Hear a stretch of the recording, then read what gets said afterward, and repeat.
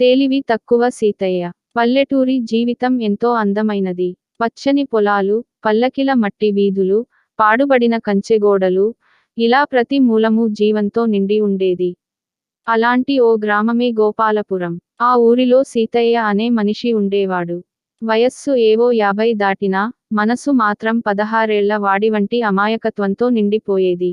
అందుకే గ్రామమంతా ఆయనను తెలివి తక్కువ సీతయ్య అని పిలుచుకునేది. సీతయ్యకు చదువు పెద్దగా రాలేదు. చిన్నప్పుడే తండ్రిని కోల్పోయి, తల్లి తాపత్రయంగా పెంచింది.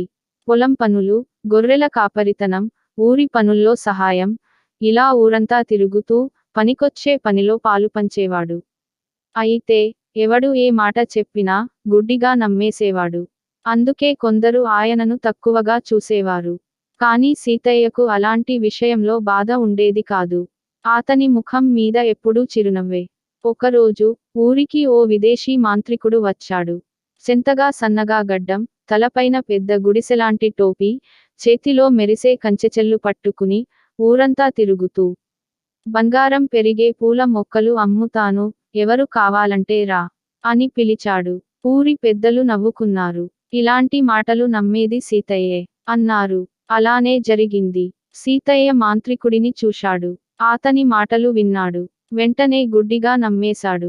బాబూ, నాకు ఇమ్మా మొక్క, నా పొలంలో పెంచుకుంటాను, బంగారం వస్తే మా ఊరికి గుడి కడతాను అని చెప్పి, తానున్న 2 రూపాయలతో ఆ మొక్క కొనేశాడు. ఈ మొక్కను రాత్రి పూట పొలంలో పాతితే, తెల్లారి బంగారం పుట్టి వస్తుంది అని మాంత్రికుడు చెప్పాడు. సీతయ్య నమ్మాడు. రాత్రంతా పొలం దిగి, ఆ మొక్కను నాటేశాడు.